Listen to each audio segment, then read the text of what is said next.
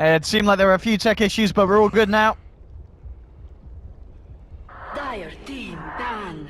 So we may begin OG Dota versus IG.Vitality.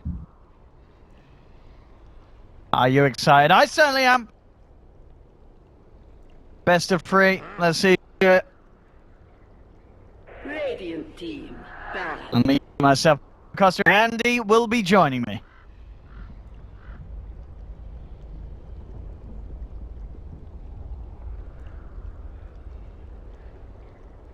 Andy, hello. 10 Hey. seconds. I'm here. I'm doing it. You know. Like Let's 3 in the go. morning. It's time for. Yeah, what time is it in your part? Is it some weird time? Okay. Is it actually 3:22? It's 3:22. Wow. Well, now 3:22s in OG series. There wasn't really the last series we watched against EG. There wasn't necessarily any of that, but I feel today the pressure on in my mind for Anna, because we saw Anna at his best, and Anna is not as good as his best yesterday, didn't we? We saw an amazing game from him, and then we saw him struggle on the Invoker in Game 3. Well, it was not only that, but it was the Morph too, right? He had the Morphling game where he was also having a really hard time. I would probably say that game in particular wasn't really all his fault because No, absolutely not. The timing just didn't really fit the hero for what the pace of the game is being played, and it just kind of got real messy for him real fast. But we're moving on here. Obviously, they did lose to EG yesterday, so they'll be going up against IG.Vitality, who I have not really seen a whole lot from personally. But after watching OG and Secret, obviously play their own games, I've just come to the realization that, Western teams right now, at least, are just so much more reactionary than the Chinese teams. So I'm curious to see what Fly has in store here for this series. Yes, I mean, yeah, it really is, as you said. It's going to be all about how they react to what IGV do. I mean, IG.Vitality went up with the Earth Spirit pick. So we saw OG themselves from yesterday. And OG, they'll use this something to get their hands on the jump.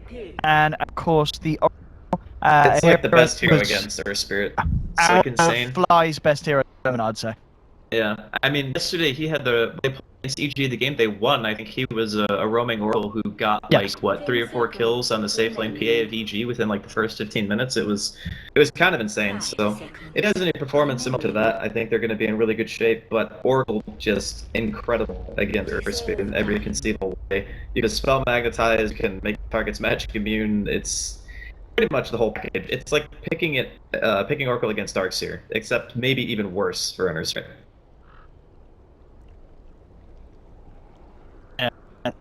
With the Oracle pick as well, I mean, thinking about the other meta picks, obviously, Shadow Demon's still in the pool. They can't pick Shadow Demon, so I think IG.Vitality most likely would ban it in the second phase instead of taking it here. Because if you pick Shadow Demon and Earth Spirit together, you just give away your entire early game movement capabilities. It's like, okay, we can expect this from the regions, and then we just know what to prepare for. It's just giving away too much too fast. So the Tide comes out. We saw it used in the last series against the Drow strat to great effect by Secret. And it's just something that kind of slows the pace of the game down, and also if you get early mech, you can do your own pushing, you can counter gank and defend your towers and whatnot. So it's a very solid pick here coming in from IG.Vitality. Well, here we have the third ban now from OG. As you said, obviously in the game, they're not worried about IG picking up an SD.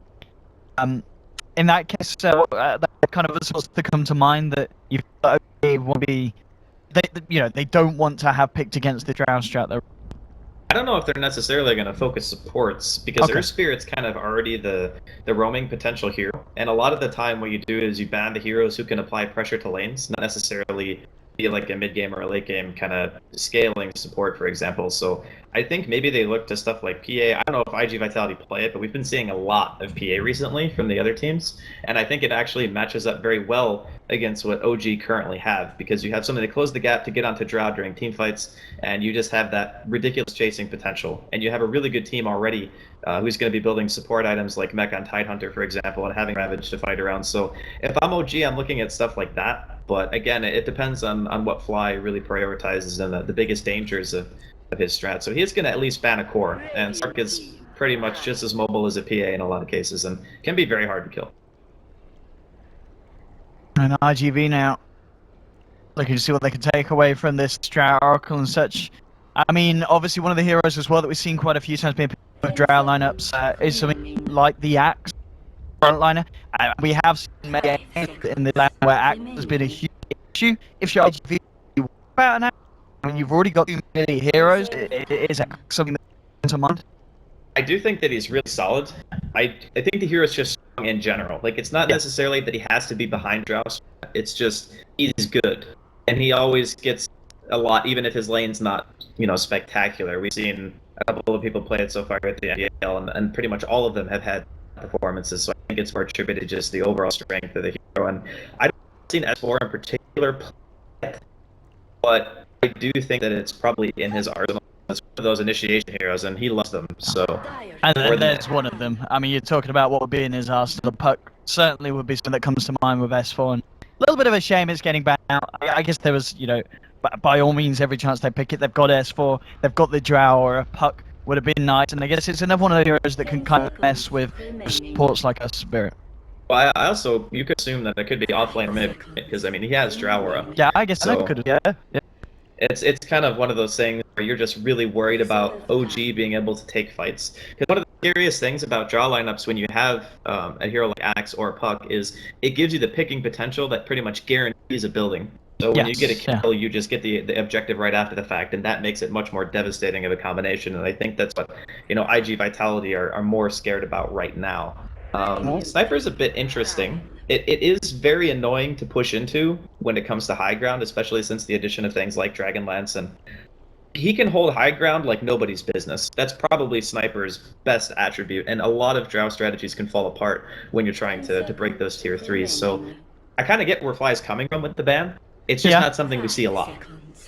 I mean, the thing is, I'm looking at this game. I don't think we've seen OG necessarily do it in this current iteration, but I mean, you've got an Oracle, a Drow, Huskar in the pool. If you're IGV, there are a bit of you that's like, we don't want them to have the option of going a Huskar.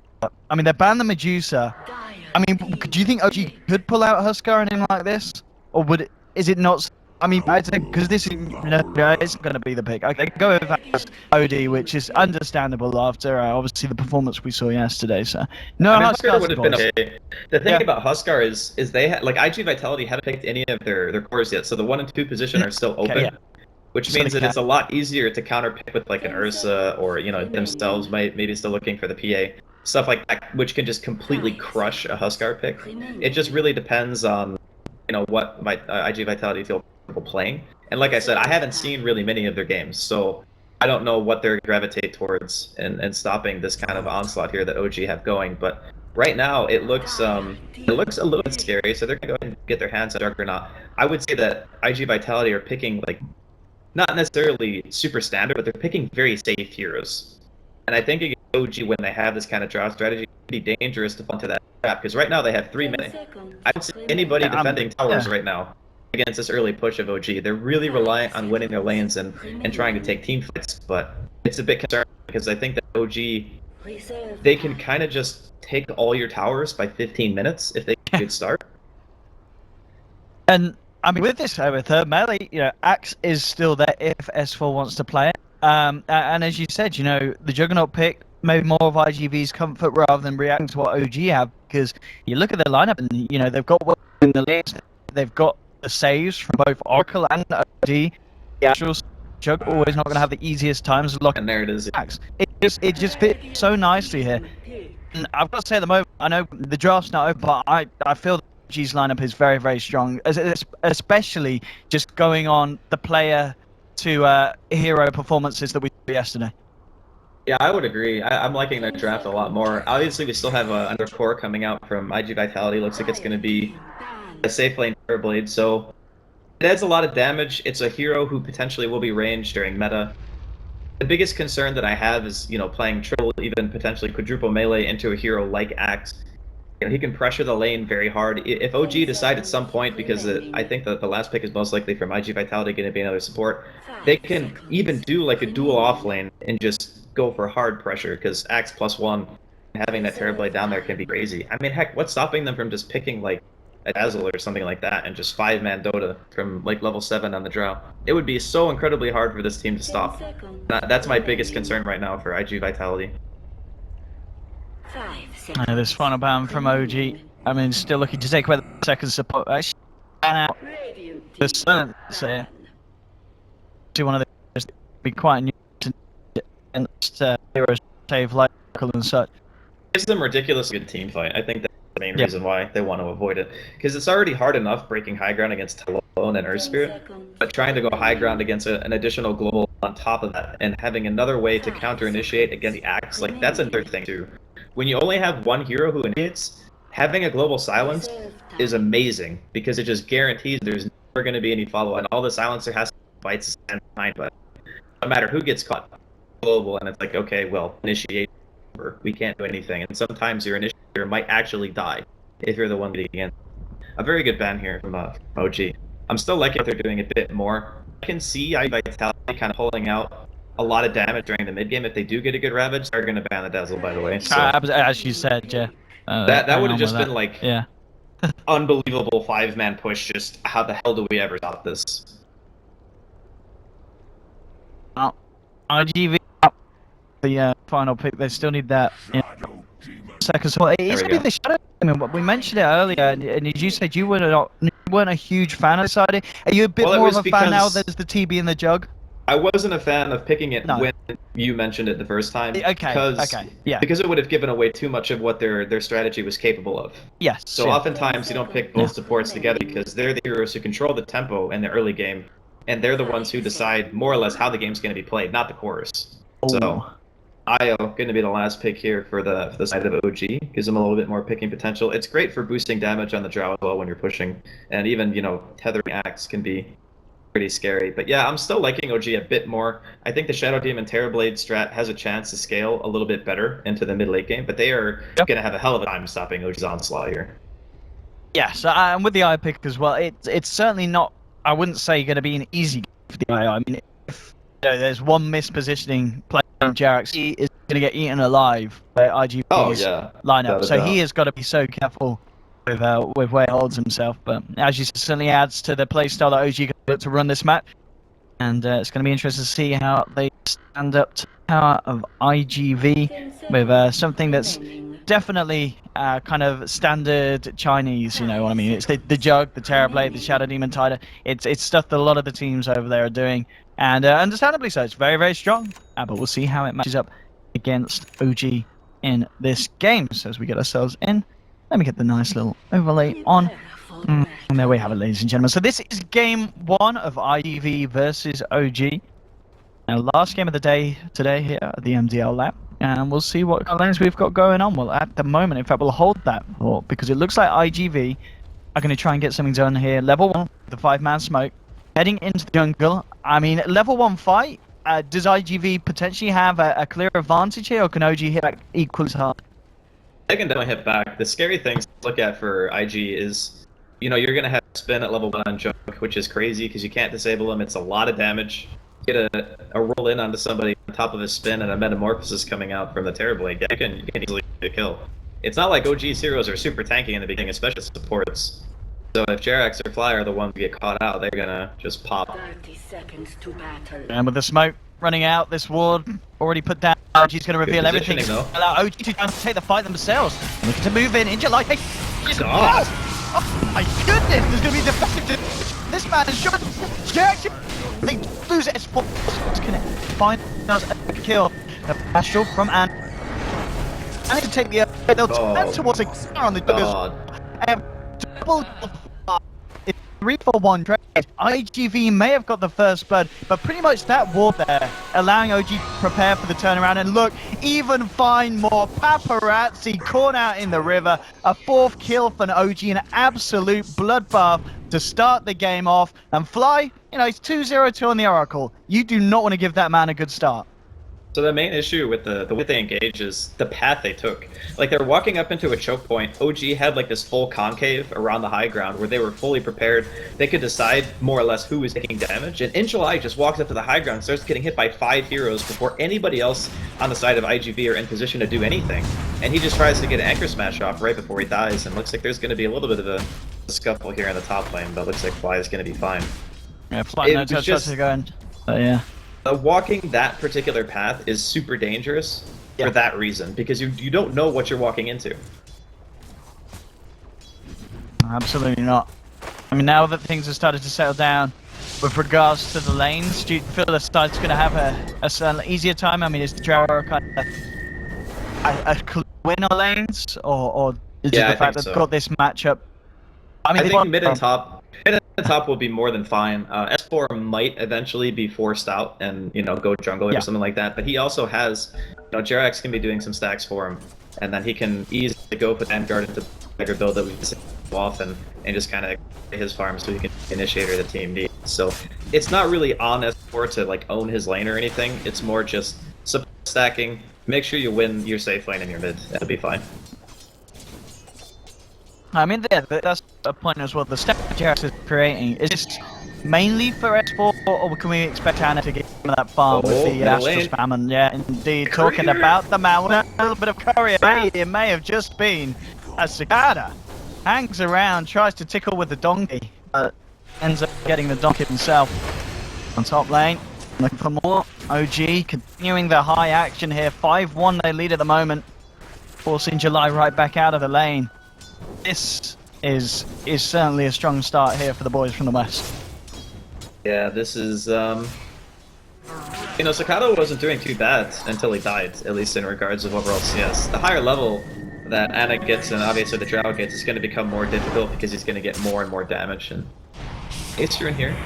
Well, let's see if they can manage with this one. They've got 3 men closing in on to Anna. This should be a surefire kill. No way to whip that one up as IGV quick to hit back, get themselves a very high priority kill, and get Cicada involved and giving a bit of space as well. But as this all goes on, stacks are being created in OG's jungle, and they are going to have that massive kind of bank to fall back on. No stacks at the moment over on the side of IGV, as they just rely on trying to maintain control of the lanes. As we can see on the bottom, indeed S4 has been backing off now to the jungle, so there's more here for the tail lane. So we can expect to see a good farm on the tail lane. It's be interesting to see what he's do with this. It's just going to be all about how they defend. Like, I would say the Terrorblade farming is just going to happen. It's almost inevitability because OG have amazing pick potential until, S4 gets Splink. So I'm assuming that Paparazzi is going to get his core items up, no real issue. And then it's gonna... mid lane. Again, Cicada is trying to get out, but Anna's diving. He's got Jerax backing him up. Cicada trying to go for the juice. He's bottling up. Is it going to be enough for King? Gets down. And he's himself the easiest double kill of his life. Nope, Anna denies. Astral onto the Parademon out there. And Anna and Jerax get away with plays. And yeah, a second kill on that mid lane jump.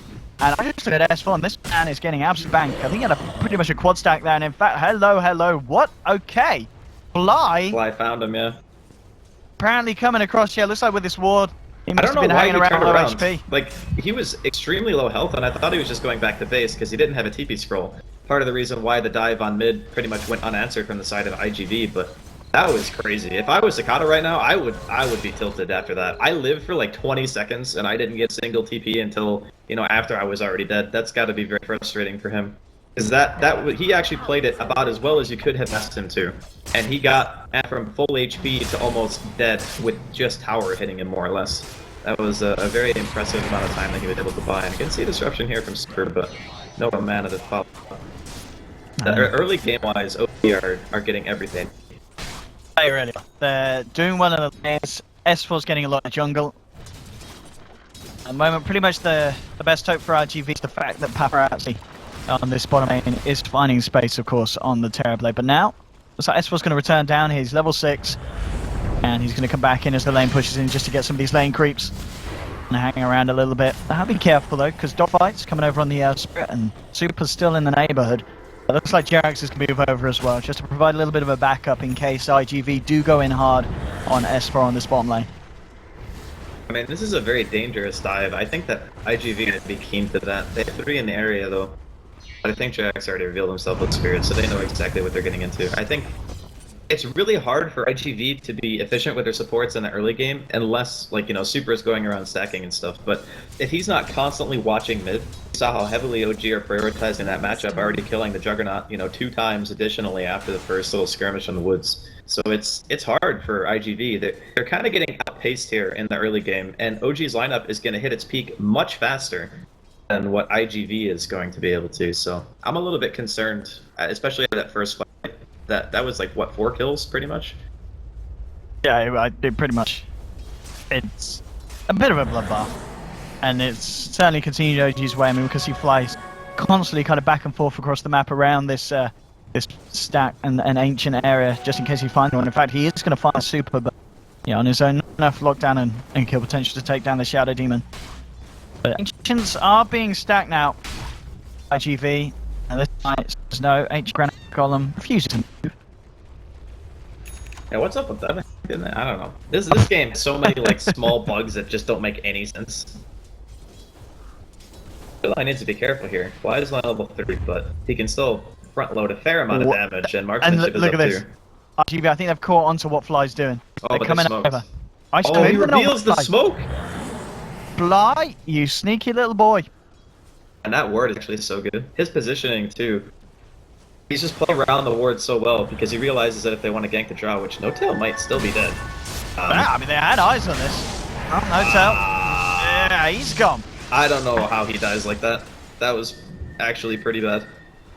They should have. Yeah, they definitely saw the smoke come off under the cover of their ward. So yeah, just. It could have been miscommunication. He might have thought that Jerax would have been able to tether to him, and he would have been able to get away. But unfortunately, Jerax doesn't have boots. So if he had boots, maybe he's able to tether in time, get the overcharge off, and heal him a bit. Maybe get the save. But miscommunication. Maybe no stayed too long. That was Oh, it's gotta looking for the Omni here. Fly. He can't play his way out this one, or maybe he can. Oh no, he can't. That's pain. But, I mean, he's got a DD. Oh no, he's not. He's got to stay away from that cliff, son. That was an interesting exchange there. Yeah, a couple of really important kills going the way of IGV. And look at this mid. They're going to try and make a bit of a banana. Stun. It's going to connect. But yeah, not quite enough damage.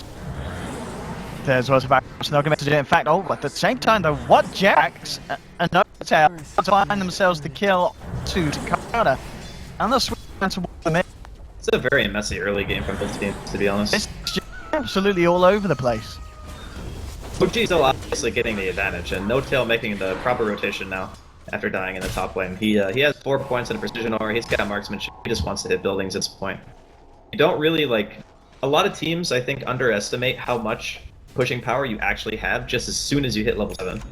And you're getting like even half the tier 1 down basically in one fell swoop before he makes his way back towards top lane. Still getting some damage in. Still waiting on the side OG for Jerax to hit level 6. And then, you know, obviously Fly is hurting a bit for levels now, but I guess No-Tail can give him the lane. So he'll be able to eventually get that false promise, which will help out a lot too. That's what with the now complete. Okay, they've just got a double stack on the side. And Jerax getting some nice. He was down. Does have eyes on Cicada, but unlikely to want to do anything even to help of Anna here. But actually, they might try, but there's 3 heroes on RGB here. Anna's got to be careful. Anna in a bit of trouble. Demonic Purchase jump forward. He asks himself. Look at these TPs. Everyone's coming on the side of OG, and IGV realize it. They just back away. Not going to go in more for that. And I think they just lose their tower now, though. Because, I mean, what are you going to do against 5 men? You don't really have the damage to fight into this. I think you just lose your building. That is not a favorable exchange from IGV at all. Even though OG commit a lot of teleports, obviously they get what they came for. Well, they get the Ancient stack as well. Espo's just picked up the Vanguard, so he can take it. Oh, they know Angelite doesn't have any mana. Angelite can't even take back the base. They're just gonna steal this because he's showing a lane with no mana. Oh my god. They're trying to come in and stop it, but they may pay out with their lives. The good sign is it's not going to be enough, though, to stop just the punches. Coming down to Super Cicada, comes in with the Omni, takes down the Aya, but now he's surrounded by 4 of OG and S4 with the body plunge, the dog down. Oh no. No, that was actually... IGV needed to do that. That was a really big mistake from IGV. I mean, it's a very small thing, but when you're playing a hero like Tidehunter, and your hero is incredibly important to the defensive hours, Paparazzi might actually be dying here. Oh, and what's happening? Why did he turn around? Oh my god. What? Oh, Jared, he's so low. He was trying to bait him long enough for Jarex to get there, but What unfortunately, the hell is going on? his bait resulted in. Yeah, I don't know. There's got to be some like. Well, top lane, like kicking off. Oh, injure life. He's got mana. He hasn't got any health though. Oh gee, take him for the map. This is one of the messiest games we've seen in Slam. This is a clowny it's only ass 2 game days. on. I'm not gonna lie to you. This is clowny. What the hell is going on? I mean, I could kind of get where Anna was coming from with the bait. You know, Jarex is like, I relocate, I'll come in. And then he just tries to keep him in the area long enough for Jarex to get there and just accidentally eats another auto attack, which kills him. I mean, I could forgive that. But considering the Ancients, when you know your Tidehunter has no mana and can't even TP back to the base when you're fighting, like, touch 3-5 because Paparazzi was pushing the tier 2 bottom, that was just a bad call. Like, there's no way you ever can defend that. Oh man. And now what? 11 minutes in, S4, Blink pretty much complete on top of the Vanguard now. Yeah, that's pretty terrifying, especially with just the way that we can expect an Axe to just have his place in these games. We've seen how much an Axe can do, and I think this is probably the fastest Blink Vanguard Slam. It's incredibly, yeah, and he's going to be able to escape the smoke as well. So another move here by IGV. They have meta up in about 2 seconds, so might still be able to get the tower. I think OG might take time to either go for a tower or just go for Roche. They also have an Ancient attack done as well for S4 to get even more out of control. So, you know, in the grand scheme of things, OG are just playing a bit more efficient. Sure, Paparazzi sitting at the highest CS right now, but in regards to overall game plan, I think OG are going to hit their stride a little bit too quick, and the Tidehunter will have Blink yet he's going for the mech route, which is fine, but I need OG to mess up at this point. Because this is when it's going to start to be 5-man Dota. And it's going to be down to, can you land a good Ravage? You know, do you get picked off by S4, who is currently looking for a straggler here in this top lane? He's on. He has got the rest of the team moving out of in cover of smoke. Well, Jarex Now is they're enough to help. Locate, so. Yeah, they can help him. Then S4 goes for the Shadow Demon. Backups there with the silence, because now we can expect the red IGV just get themselves out of there. And that's in the play as IGV back up. As you said, IGV more space. Do still have Paparazzi at the top of the network. He is picking up very nicely in farm on the Terrorblade. It's just elsewhere in the lineup that the team is suffering at this stage. The issue is even though he's the highest net worth now, well, he might be dead. That's four. We'll see what happens. Comes in, hands the call. There's a relocate cut through as well. No tap turns up. The silence is there. S4 sending it up across that, allowing for these relocates, and just king. As we're saying, the only thing that's really doing on the IV. It's not just that though. Even if you're farming extremely well, there comes a time when using all your towers because the Drow strategies stay online. Like, only 100 people more experience until no tail got level 2 marksmanship. That boosts your damage even more. You've already got Roshan. All the objectives are pretty much being checked off one by one. And even still keeping the other tier 1 alive, it's still like 80% health. GV don't really have the greatest team at punishing in regards to push to step Paparazzi. He needs to be in position and alive to do that. And also consider, for him to do that, he needs backup because they have to relocate an axe. And if he gets caught by that, he's gonna die. So somehow... Yeah, the man's got before Tidehunter. This game is like already out of hand. And this is what I was really concerned with when I saw, you know, IG picking Earth Spirit and Jug Tide. It needs something that's going to either win a lane or dictate some kind of tempo. And they just don't have those heroes. Because Earth Spirit on his own, he can't really get a kill on a lane. Unless he has like the Shadow Demon there together with him, which is how I actually killed Atlanta the first time. Yeah, I'm very concerned. If you're not, you're feeling pretty good right now. Yeah, it'd be the case. In IDV, trying to poke a little bit at the tier 2, but understandably they'll be very and he's doing and that's what with the Red Bull is going to get up out there, popping the closed gap. maybe up. July for the little bit of juice. It's a good juke. He's down. The rest of them as well. So yeah, they even blow the IGV able stand. to avoid this. Yeah.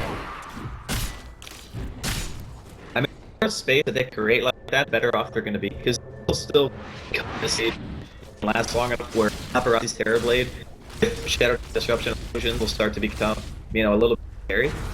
Granted, they are playing against OD, so OD much one-shot illusion every state of the game. Let's see. He is certainly dead. These wards from OG. We have the one here. We have the one here. We're also able to use it on absolutely just there the right.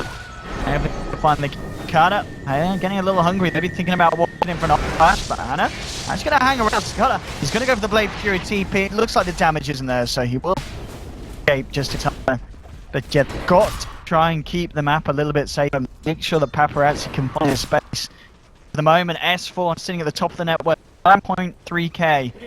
You know, we were saying in the draft how the Axe pick would have looked to be a strong one, and S4 certainly showing us that this is a perfect game for Axe, and he's just absolutely amazing. Yeah, I mean, he did have a lot of help for his team as well. Getting this boosted him into that position. You know, where we saw Velo the other day, he just gets everything from his team, and then he just carries. They missed the call here.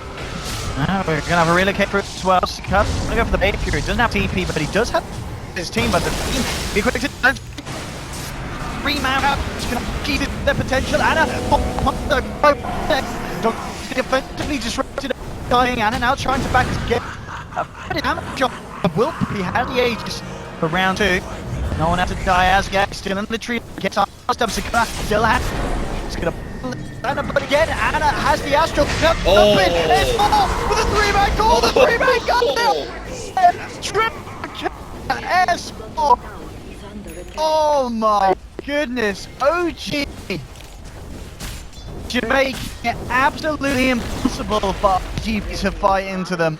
My god, that was that 4 heroes, right? It was a 3 or 4 heroes. I thought he got Cicada. Maybe he didn't. I mean, getting to who are you banning?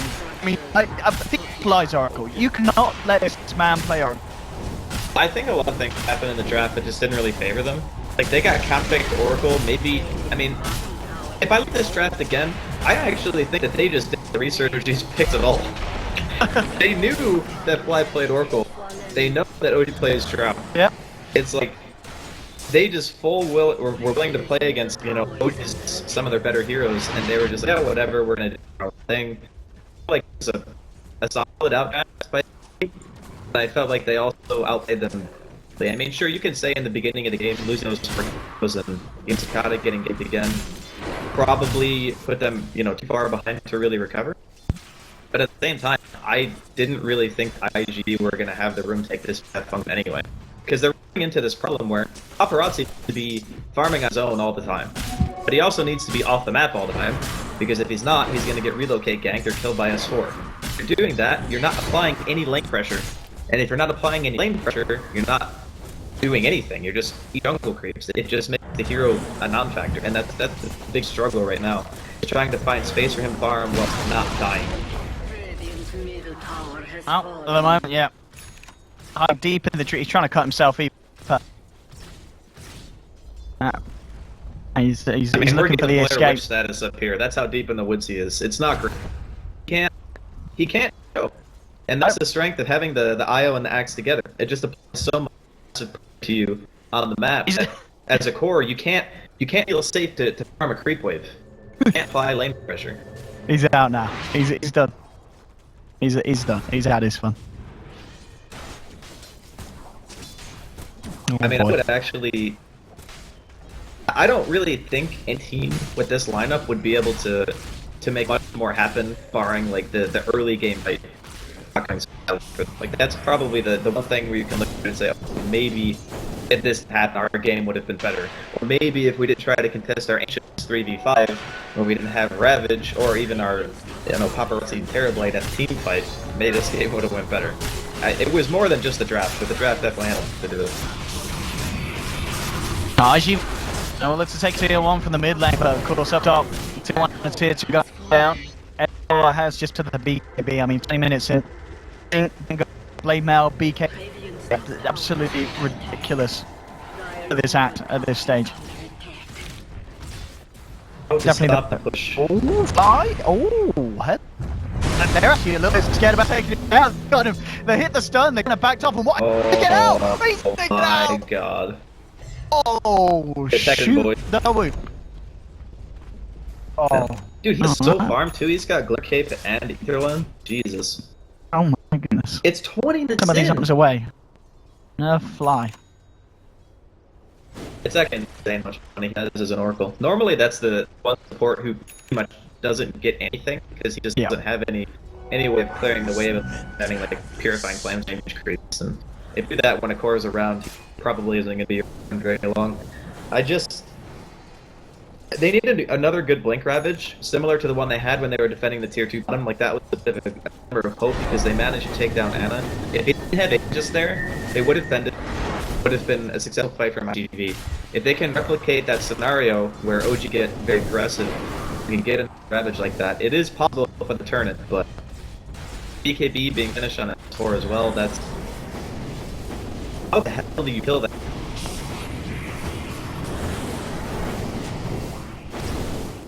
This is getting crazy. RGV needs something huge. Get there. 12 man round. That's what they is cool. Man, he's a Rapture somehow. And then Is he still building his mech? No. He bought the chainmail and then he decided that Okay, to go for that that. mech probably wasn't gonna work because some way to actually start the fight. Blank, which I think is the right call, no question. And make another big play. Alright, think about the job. Nice. Go for it as it's holding off. This is that once the lineup of OG gets to your tower and they have that really nice concave, it's increasingly difficult for people like to initially, especially have this Juggernaut. Oh, look at this timing. Bye. Roshan, please. There we go. It. He saw it, okay. Yeah, he pretty much just typed in $1 for Roche or something there. Fly with the hacks. And I OG. don't know what they're supposed to.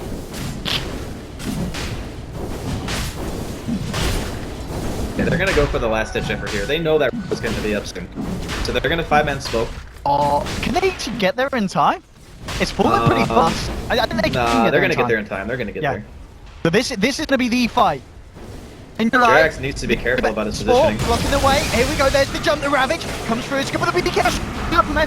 Looking to dog on that bit. Plant has his eyes on in July. Anna still in the bit. Paparazzi moving forward with the metamorphosis. OG coming down. Swing across. They're trying to push him up. So when the only Ash again, Ash stopping the damage of it.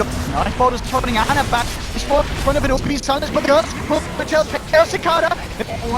Can they get themselves anything more? This GB Paparazzi trying to man up against Notel. Fight, but Paparazzi though feels like killed it. He lives. The dog from the take. OG do it again. RGB tried that and they knew it. But they about GG. Well played. 22-6. OG was some incredibly fun heroes just falling apart. And into TV need to switch up their game plan. I mean, the beginning